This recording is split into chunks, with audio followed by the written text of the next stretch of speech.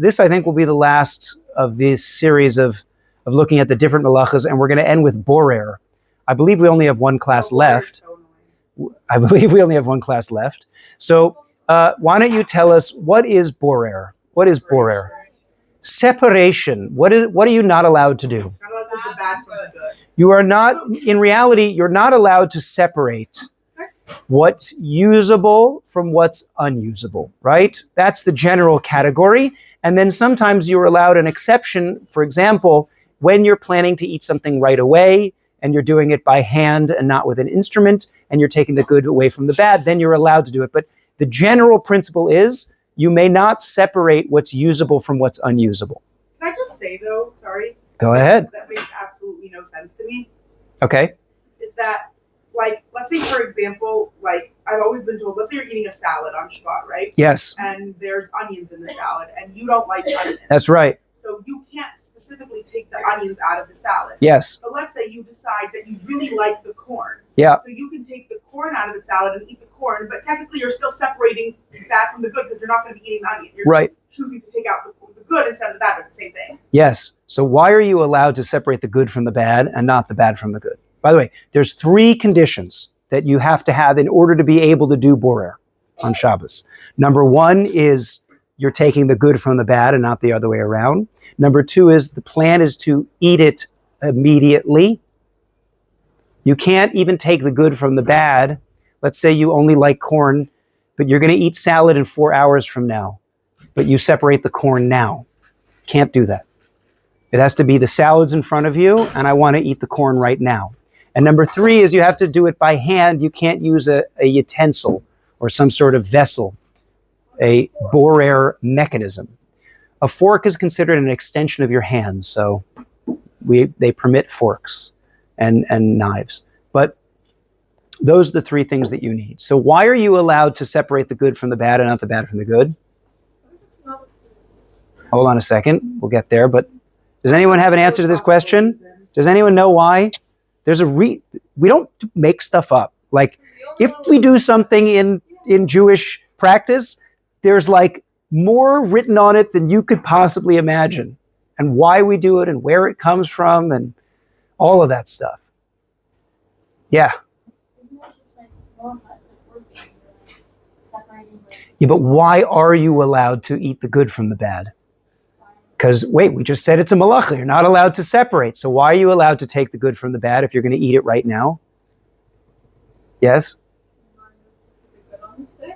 Oh, don't get all philosophical on me. I want to know the halacha. What's the reason why? The reason why they give is because it's called the derech achila. That's the way you eat things. If it's considered, meaning there's something called the malacha of borer, which is separating for the sake of separation. So when you're taking bad out of good, you're not going to do anything with that bad. You're separating. You're doing an act of separation. But if I have something in front of me and I pick a piece of corn out and I put it in my mouth, that's just called eating. It's called eating. Yeah. So I'm a really picky eater. So if this is based off just like because that's the way we eat, that's not the way I normally eat. Like normally if I get a big bowl of the first thing I do is I take out everything I don't like. Okay. And put it on the side. There is a principle, that's fine, and we may do that during the week. Right. But there's a malacha. What I mean when I say it's the derech achila, what I mean is that when you take out the onions from your salad, that's 2 steps that you have to go through. It's the removal of the waste, followed by picking up of what's good. But when I pick the corn out of the salad to eat it, why am I picking up the corn? Because that's the way I put corn in my mouth. You get it? So since you can't distinguish between the act of separation and the act of actual eating, that's why we permit it. Okay. So that's the technical halachic understanding. But there's something deep about borer, which is, why is this a malacha? Like, what are we doing? What are we doing? How is this some sort of fixing up the world? Remember, every malacha is there to build the world, to improve the world, to build something. You're not allowed to do borer on Shabbos. So you're not allowed to build the world up on Shabbat? Have you been in this class for the last 3 months? I still don't get it. we said, so very quick on 20 seconds. During the week, you are meant to build up the world. That's what we're here for. However, we are not purely defined by what we do in the world. We have to remember that, number one, there's a part of us that transcends whatever we do or achieve in this world. And number two, we have to remember that as much as we are building the world and we're fixing the world, ultimately the world belongs to Hashem. And He's the real builder and He's the real creator. We can emulate Him, and we're meant to emulate Him, but one day of the week we recall that at the end of the day, it's not really up to us. It's not entirely in our hands. Cool? All right. So what building are we doing through borer?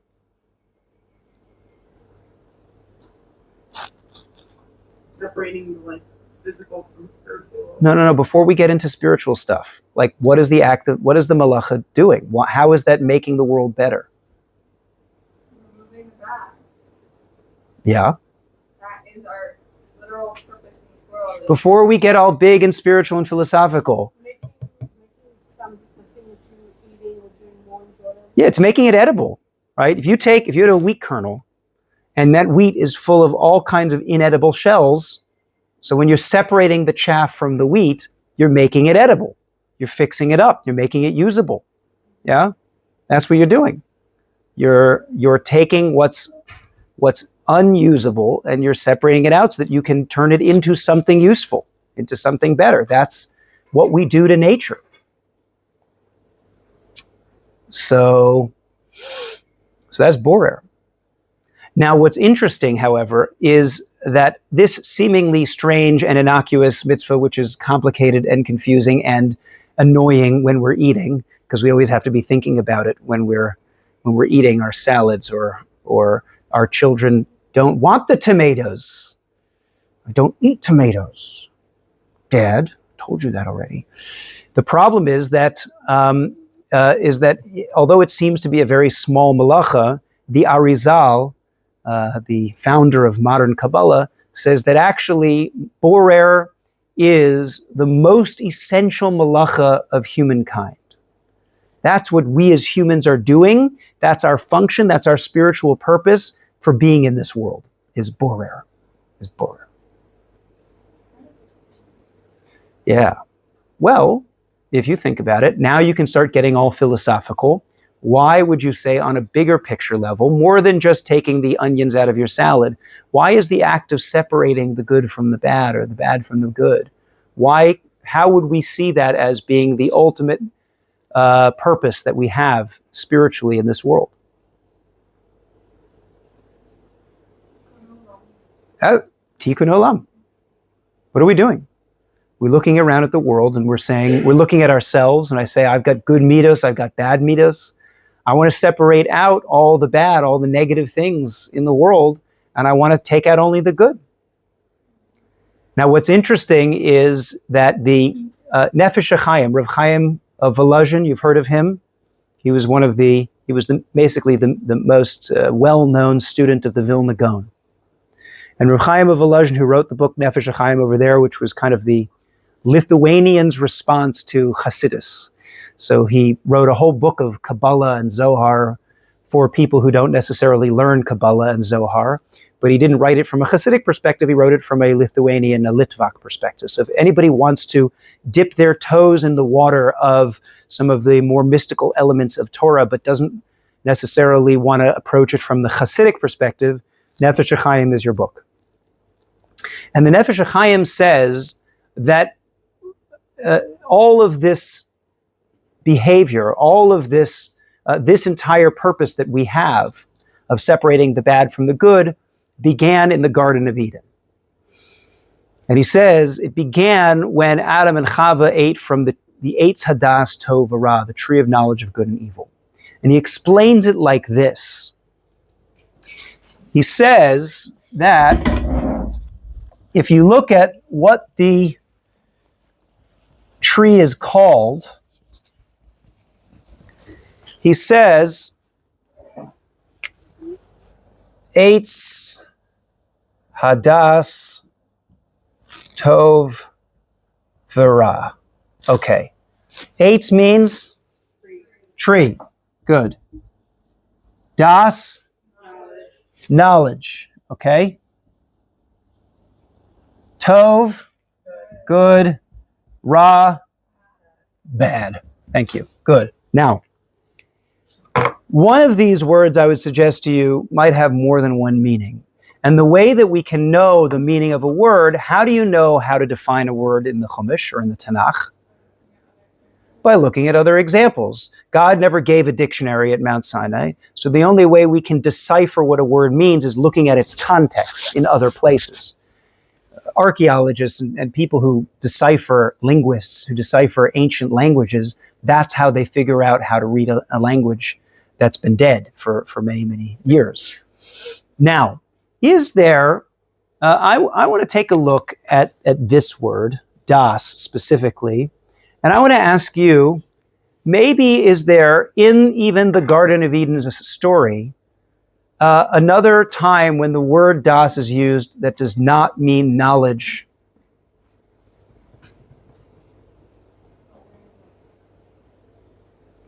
Awareness, knowledge, these are, pretty synonymous. When Adam knew his wife, right there in the same story. So we don't have to look very far. Adam knew his wife. Now, that doesn't mean knowledge. And I mean, it could mean knowledge. And anybody who took the Emunah class in the last semester, I spoke for a long time about how real das, real knowledge, real knowing, is something that's akin to intimacy. It's something where you become one with what you know. But knowledge, but das actually means an integration,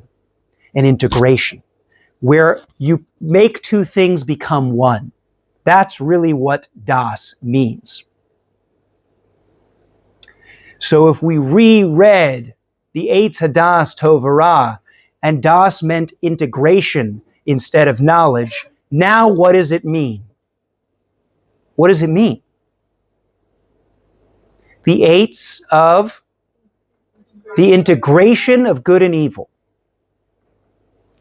The Nefesh HaChaim says that what happened at the eating of the knowledge of good and evil was, whereas previously human beings looked at reality in such a way that good and evil was black and white. It was clear and obvious what was good and what was evil. After eating from the tree of knowledge of good and evil, it became completely mixed up. Integrated one with the other. So that today, he says, there's almost no act that doesn't have a little bit of both in it. There's almost no good act that doesn't have just a tiny bit of ra.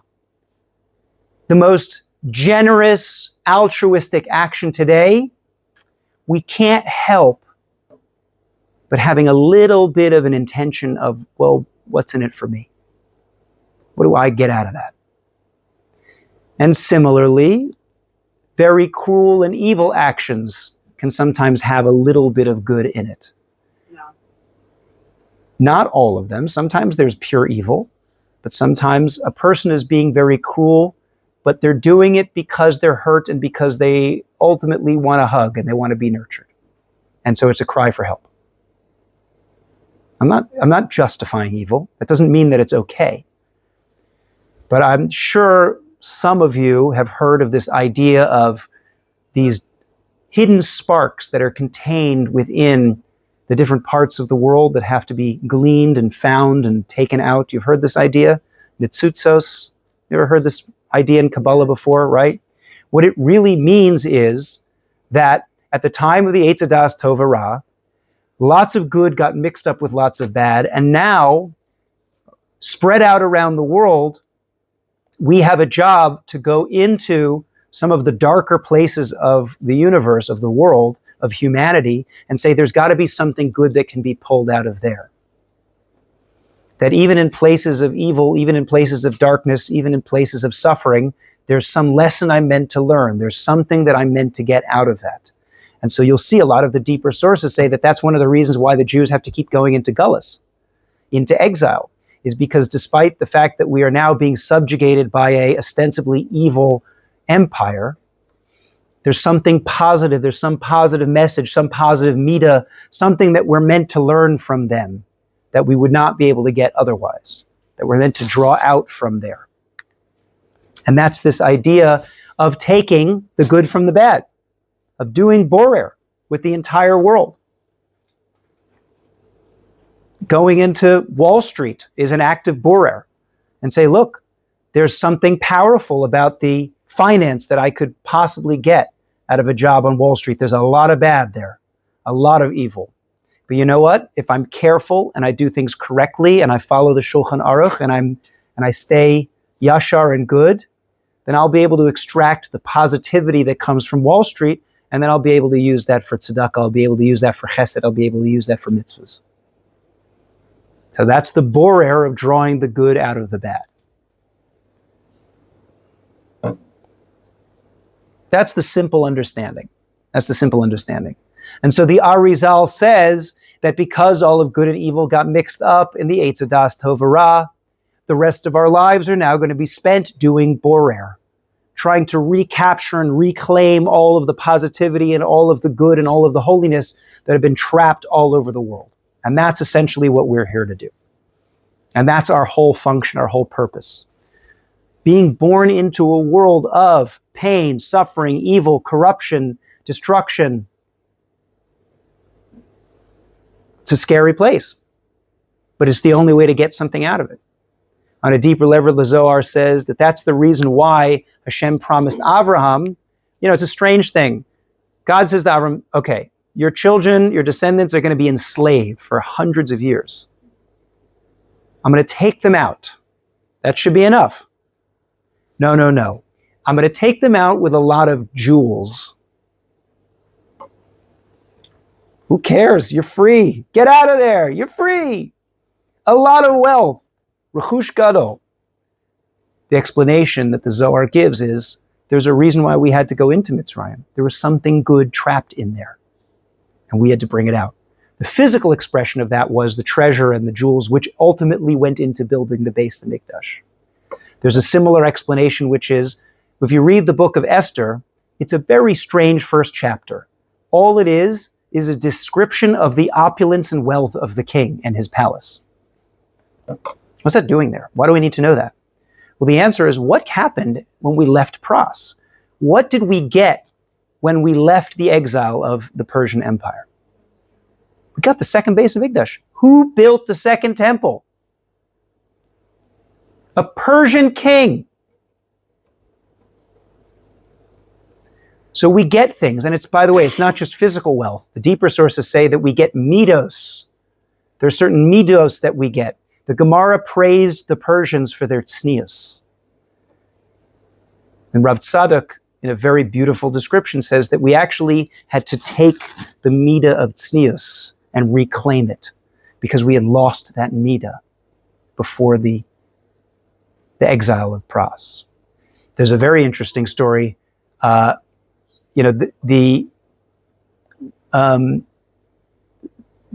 several decades ago, the Mir Yeshiva was run by a rabbi named Rabbi Banish Finkel. Okay, Rabbi Banish Finkel, who I think was the son of Rav Lezer Yehuda Finkel, who was the son of Rav Nassan Tzvi Finkel, who was the Alter of Slobodka. These were the Rosh Yeshivas of the Mir Yeshiva. Rav Banish Finkel had 3 daughters, right? Israeli, Yerushalmi, Rosh Yeshiva. All 3 of his daughters married Americans. One was Rav Nassan Tzvi Finkel, who you probably know, who was the one who made the Mir what it is today. One of them was Rav Aaron Lopiansky, who some of you may know. Is the head of the yeshiva in Greater Washington. He's written some very beautiful books. I would recommend those books as well. Anything Rav Lopiansky has written is Lopiansky. Nobody here is from Greater Washington? You know Rabbi Lopiansky. You've heard of him? Never heard of Rabbi Lopiansky? Okay. Look him up. He's amazing. He's incredible. Very, very broad, very deep human being. But it doesn't need my haskama. He married all this Yerushalmi Rosh Yeshiva, could have had any son-in-law he ever wanted. Married them all to Americans. And his students What? Looking down on America. Well, look, I don't look down on Americans, but sometimes, let's just say sometimes like Israelis sometimes see Americans as a little bit, they're not quite as strong, and they're not as serious, and they're not quite as advanced, and they're a little bit, into their materialism. And we Israelis, we really, have the essence and the deep, right, Torah, and you guys are like, yeah. But his students understood, and the students learned that the reason why he married his daughter to Americans is because he felt that there was something that American Jews had in terms of midos that maybe he couldn't find with Israeli bachur. And don't all toot your own horns, okay? We got plenty of bad midos too, right? Right? We're loud Americans, we're obnoxious Americans, we're, right, whatever. But there is a certain derech eretz that Americans have that, I don't know if you've noticed, but not all Israelis have the same sensitivity when it comes to respecting other people's private property, and being, in terms of being polite and things like that, and having respect for other people. So wouldn't go so far as to say that is the entire reason why the Jews made it to America, but you have to understand that there is a certain borer that's taking place in America, that we are extracting holiness, things that are found to be good. When I married a South African, one of my rabbis said, he said mazel tov to you. He said mazel tov. You married a South African. You must have done something right. I don't know what they do over there, what's in the water, but the midos over there are just second to none. There's something about South African midos that, like, it's just like la'elo, la'elo. So there are different places that contribute different things. And when the Jewish people live in all these places, we are knowingly or unknowingly drawing out the Kedusha from all of these places. That there's something we're meant to learn from all of these places. Don't worry, I'm sure Australia is fine too, and there's good stuff to be learned in Australia. Any Australians? No? Just South Africans? Okay. Did I cover all my bases? The British, there's a lot of good I can say about England, about the UK. We're very calm, and we carry on. But your wife's not actually British. She's South African. Right. So it's like, Yeah, we just lived in England. No. No. On Shabbat, I heard her voice. I'm saying until then, I thought she was. Yeah, so her South African accent has been watered down but it's still South African. by living with an American and living in England, and so it's slightly less South African. Yes. I have an American accent, my wife has a South African accent, my kids have a British accent. It's very confusing. All right, so I wanted to, in the time that we have, see how far we can get. The Shem Mishmul, who was a Hasidic rabbi at the end of the 19th century, from Sukachov, wrote really, really beautiful essays on Hasidus, what I consider to be one of the more accessible Svarim in Hasidus. Sometimes you read a sefer of Hasidus and it's like, there's so much Kabbalistic jargon that you pretty much can't understand it. You'd have to be holding in Kabbalah to be able to understand it. The Shem Mishmul does a very good job of bringing it down. He does not use a lot of the times does not use that complicated language to be able to describe deep ideas in Hasidic thought. And so the Shem Mishmul has an essay describing this act of borer and what we're meant to be doing in the world, and why on Shabbos we don't do borer. So I'm going to pass it out, and let's take a look at it, and we'll see how far we can get. But this is the major idea. This is the main idea of what the significance of borer is, that so much of our fixing the world has to do with simply separating out what's good from what's bad. Of being able to go into a questionable scenario, an uncertain or compromised situation, and being able to take out what's right and leave what's wrong. Well, the malacha is actually both. The malacha is both, right? It's just that in a very particular situation, we give a permission. We say it's mutter because that's the way you eat, right? It's not a real act of borer. But like I said, if you're separating the good from the bad 4 hours before you're eating, that's also malacha. That's also borer. All right. Do we have enough? I have a few more. Just pass those around. All right. The Shem Mishmol. The Shem Mishmol, this is on Parshas Vayeshev. So he's speaking about Yaakov, he's speaking about Yosef and the brothers, but ultimately he's speaking about borer. In the Medrash, there's a parable of a blacksmith whose shop was open in the middle of the marketplace. His son opened a goldsmith's shop across from him.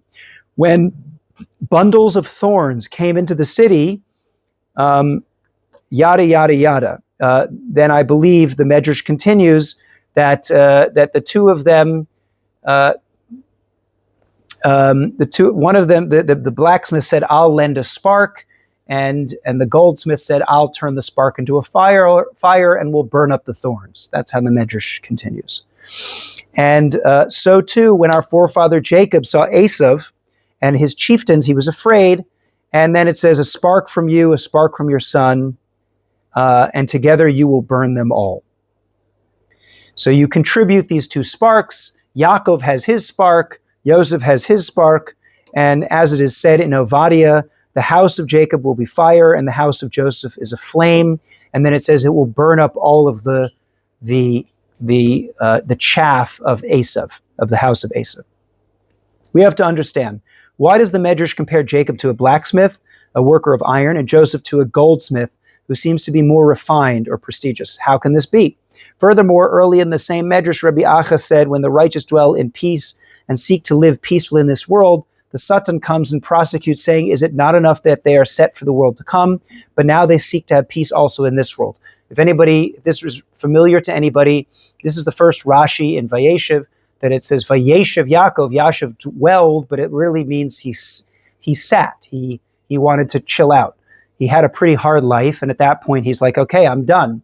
And the Rashi there brings the Medrash that says that he was accused of wanting to basically bow out early, and Hashem says, "Come on, you're going to have peace in the next world. You want to also have peace in this world. What are you doing?" And all of a sudden, that's why the problem and all the travails and troubles of Yosef and his brothers happened right after that, because he was trying to relax. We have already explored this teaching in the past and asked, why should the Satan oppose the righteous enjoying both this world and the next? After all, the promises of the Torah are full of physical blessings. Moreover, the peace and tranquility of the righteous brings honor to heaven, right? When a Talmid Chacham or a frum Jew is experiencing hardship and suffering, that's a Chilul Hashem. That's a Chilul Hashem. In fact, when we ask for refuah in Shemona Esrei, and we say Rifa'enu, right? Why do we ask for refuah? Ki sehila seinu ata, because you are our praise. Why would anybody praise the Jewish people? Because we're God's people. But if we're sick, if we're a sickly people, then people look at us and say, that's God's people? So we ask Hashem to heal us because Ki sehila seinu ata, because we want people to praise you. We don't want people to look at the Jews and say, ugh, who wants to be like them? So that's why we're asking for refuah. It's an interesting method of request, because you have to ask yourself, who made us sick in the first place? God. So there's obviously got to be a reason why we're sick. So we're trying to supersede that reason and say, Hashem, there's a deeper reason that we're appealing to ask you to heal us. Not because we deserve it, but because we represent you in this world. And so if we're sick, we can't do our job. It's a fascinating thing to think about. So when the righteous are living in peace, and you imagine who's your role model of an incredible frum family who just has it all? Do you have someone like that?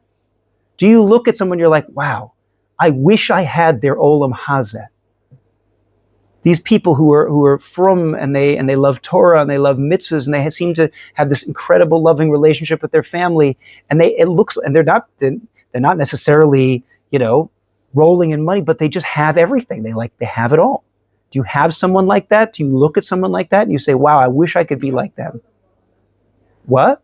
You don't know them well enough. Yeah, but once you get to know them, everyone has personal problems. Everyone suffers. Everyone has issues and complications in their life. But hopefully, the people who are really good, the more you get to know them, the more you're impressed by them. The people that I look up to, I keep waiting to find something wrong with them. I keep waiting for the moment when they're going to lose their temper. I keep waiting for the moment when, I caught them out because I saw them, cutting corners or not exactly declaring their taxes or whatever it might be. Baruch Hashem, if you find people like that, you find those role models, you're like, I want what they have. It's the most empowering thing. And maybe the problem is we just don't have enough role models like that, which is one of the reasons why we make the bracha in ala tzadikim, ala chasidim.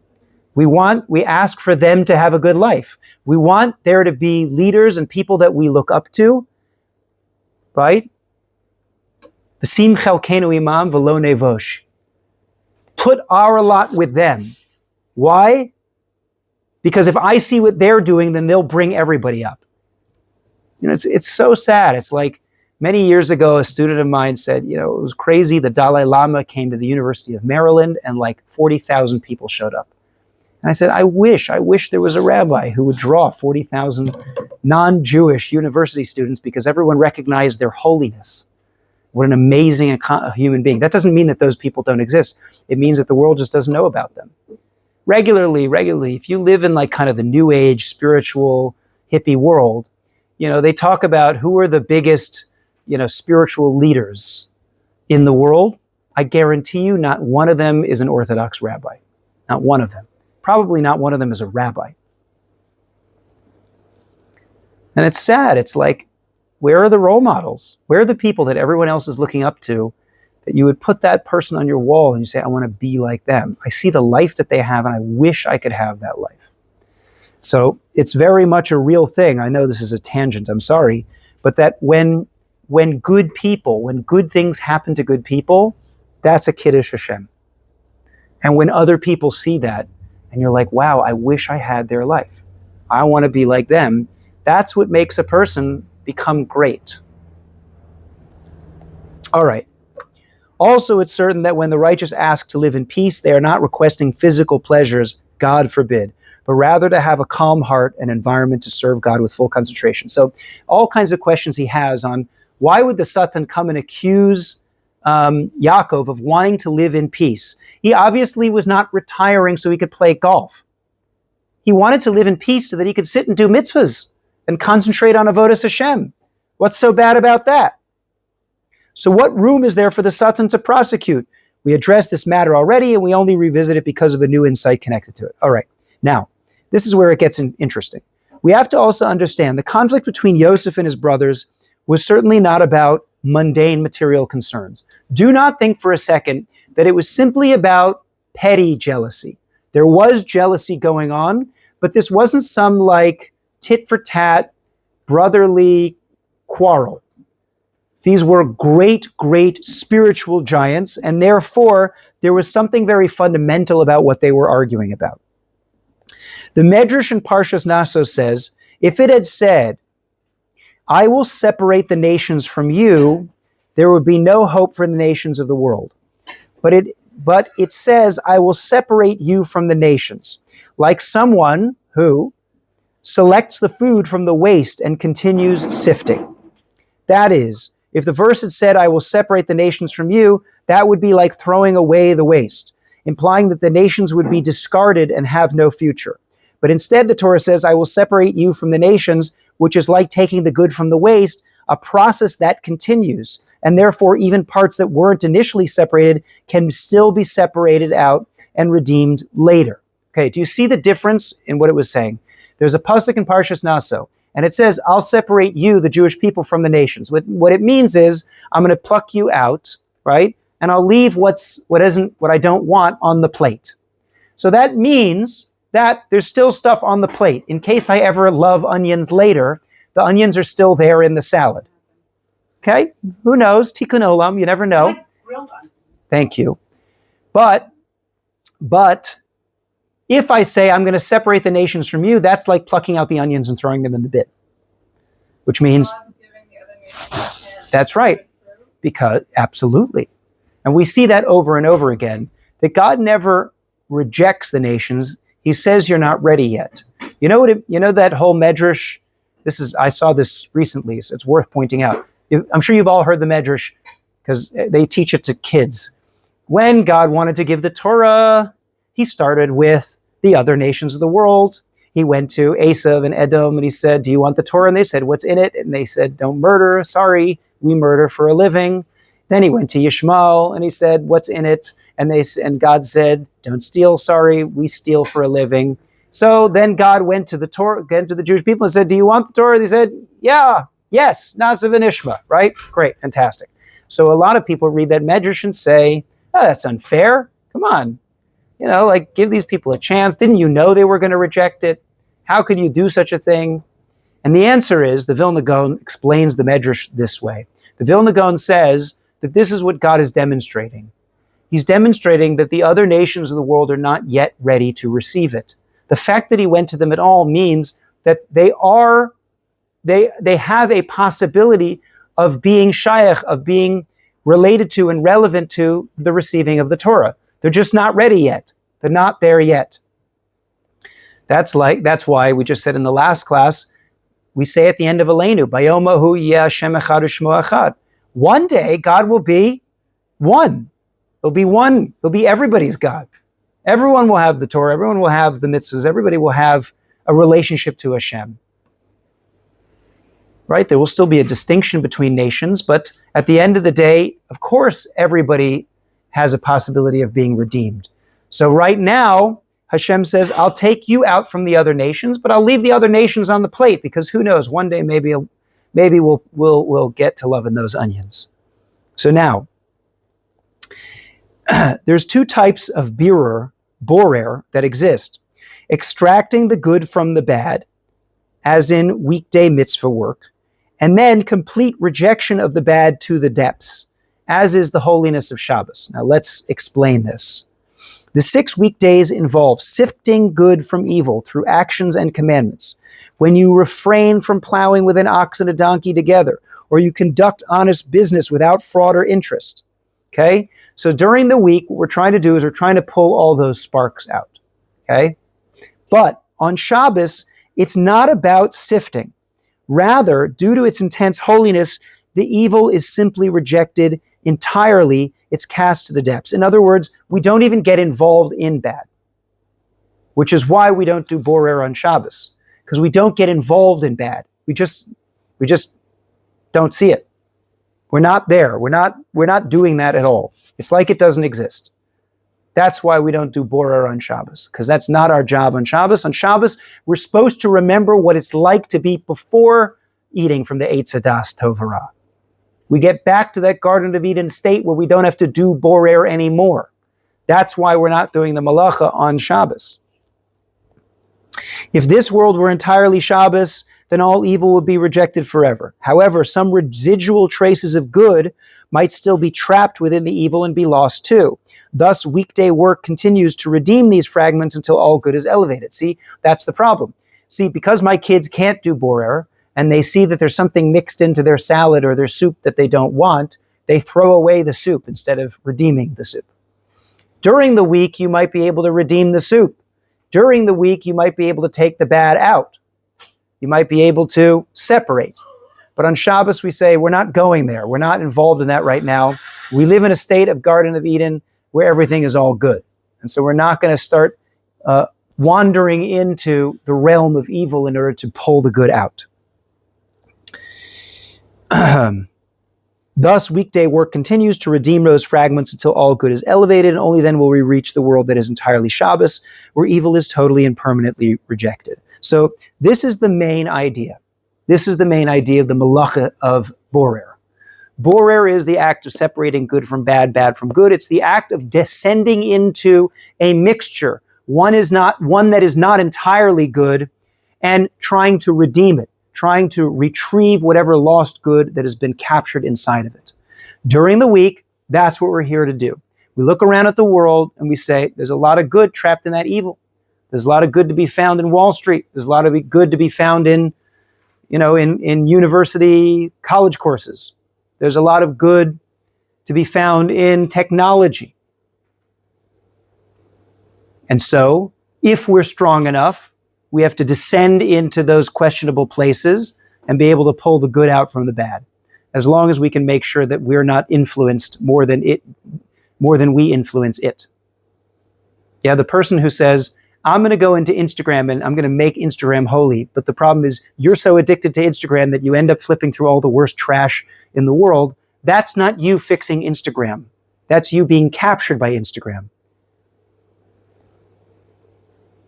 But a person who says, I have rid myself of the desire to see things on Instagram. I'm merely descending into Instagram to post and then leave. I have a filter on some of my apps like YouTube and Facebook where I actually don't see a news feed. There's no scroll at all. If I want to search something, I can search something. And if I want to post something, I can post something. But I don't see anybody else's posts. I just can't scroll. So it's like the only reason I'm on these sites is in order to share, not to. And if there's something specific I want to look up, but there will never be any recommendations, so I never get sucked into that hole. It's a very useful add-on if you ever want to protect yourself from doing this for hours and hours and hours. Yeah, I have it on my desktop Instagram. I'll tell you after class. Okay. This comparison now helps us explain the spiritual roles of Joseph and his brothers. Joseph corresponds to Shabbos. His presence alone repels the forces of impurity.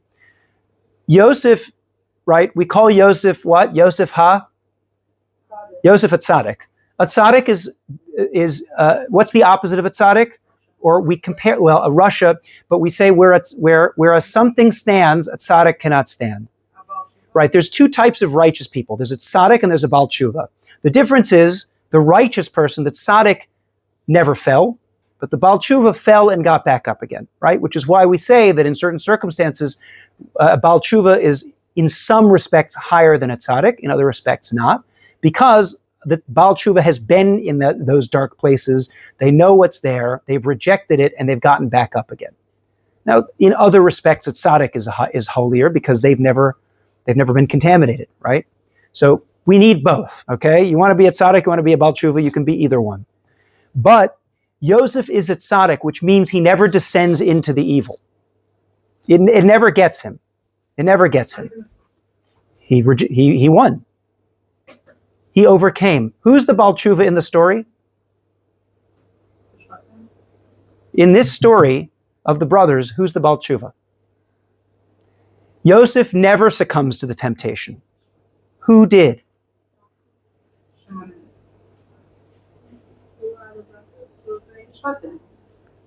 Come on, guys. Yehuda. Oh, yeah. Yehuda's the Baal Tshuva. Yehuda. He messed up in a few ways. Yeah? But he came back. He admitted. That's why his name is Hod, to be Modeh. He admitted. He admitted he was wrong. And that's what made him so great. So we have a tzaddik and we have a Baal Tshuva. Yosef thought that the job of the Shvatim was simply to not engage with evil. His presence alone repels the forces of impurity. That's why, as Chazal say, the eye that refused to enjoy what wasn't hers, i.e. Potiphar's wife, so his eye he refused to engage with Potiphar, he'll merit to eat in public. Yosef never has the evil eye on him. Nothing can get to him. Because Yosef refused even subtle impurity, evil flees from him completely. Where do we see something fleeing from Yosef? There's a medrash that says, Hayam Ra'ah Vayanos. Hayam Ra'ah Vayanos. It's in Hallel. The sea saw and fled. What did the sea see? What did it see? The bones of Yosef. It fled, right? It flees, runs away from Yosef. Yosef is impervious to to evil. As the Zohar teaches, the additional soul of Shabbos is associated with Yosef. I'll take their word for it. His brothers, however, embodied weekday service. The ongoing process of refining good from amidst the bad. The brothers said, we're not done. We're not living in Shabbos. We can't afford to just kind of live in this super high spiritual reality. We need to descend into the dirtiness of the physical world and bring out all the good. Therefore, they didn't reject Joseph because they thought he was lesser, but rather the opposite. They saw him as too high, a kind of Shabbos soul, and believed that the world still needed the kind of refining work they did. Okay, this requires a lot more double clicking, I know, right? He needs to explain himself a little bit more. But on a very, very, very deep level, they saw Yosef as somebody who was too high. And therefore, sometimes neshamas that are too high are the most destructive neshamas in the world. Sometimes you see people who are unbelievably idealistic. They want utopia. But utopias usually end up in destruction and lots of bloodshed. So sometimes you have people who really only want the highest perfection. But when perfection is expressed in this world, it destroys because it cannot tolerate imperfection. So we have to be really careful about people who have very high neshamas. The mystical sources say that Lavan had a very high neshama. His name is white, Lavan, pure, purity. What? He was, because when somebody is that high, when somebody is that perfect, and they express themselves in this world, it destroys. It destroys. It's destruction. Because they can't live in a world of mixed upness, of compromise, of learning to live with other people. Korach was the same. Korach was a guy who was like, look, everyone's holy, everything's holy. He was living in Shemayim. They said that, Korach was right if you were already living in Olam Haba. Kulam am kadoshu, everyone's kadosh. But he was wrong down here. And that was going to end up in destruction, which is why he had to be punished. So when the brothers see the way that Yosef is acting, they think he's going to be destructive. They think ultimately he's going to ruin the world. And that's why they act so strongly against him. So in the last 2 minutes, they say, we'll just read as much as we can. That's why Joseph says in his dream, we're binding sheaves in the field, and behold, my sheaf stood up, and your sheaves gathered and bowed, meaning ultimately the weekday work has to culminate in Shabbos, and everything bows to it. And so too, in the end of times, Esav will be totally destroyed, and that is Yosef's role. Yosef, who, as we said at the beginning of the Medrash, that his flame is the one that's going to go out and burn Esav, there is something that is totally evil, and that's going to be rejected totally, and that's going to be burned up, and that's Yosef's job. But for everybody else, we've got to continue the process of borer, of refinement, of going into the world, finding all the compromises, and extracting the good from the bad. Now, this is a really scary malacha. It's a really scary thing that we have to do during the week. The reason why is because anytime you start engaging with things that are not holy and pure, you are putting yourself at risk. And we know plenty of people who went into a particular situation with a lot of noble intentions and said, I'm going to stay holy, I'm going to stay pure, I'm going to stay good, and then they end up being more influenced than the good that they do, unfortunately. But to say that I will never leave my cocoon, I'll stay in my pure makom of holiness and never leave, that's also a rejection of the job with which we've been given. So somewhere in between those two things, you've got to figure out what you can do. How much can you descend into the muck without getting yourself too dirty so that you can bring out what's good and holy? How much in the working world? How much in the family world? How much in the world of popular culture or politics or anything, you name it? How much can you descend, do the borer, extract the good from the bad, take that kedusha and use it for holiness? How much of that can you do? That's going to be the job that's entrusted to you during the 6 days of the week. But on Shabbos, we remember we're looking forward to a world where we no longer have to do that, where we no longer have to descend into the bad and try to pick out the good. And that's the deeper meaning of Borer. Wednesday, I believe, is our last class, I think, right? Next week, Monday is Yom Yerushalayim, and Wednesday you guys are on a tiyul or something. And I think that's it. That's the last week. So we're going to wrap up Wednesday. I'm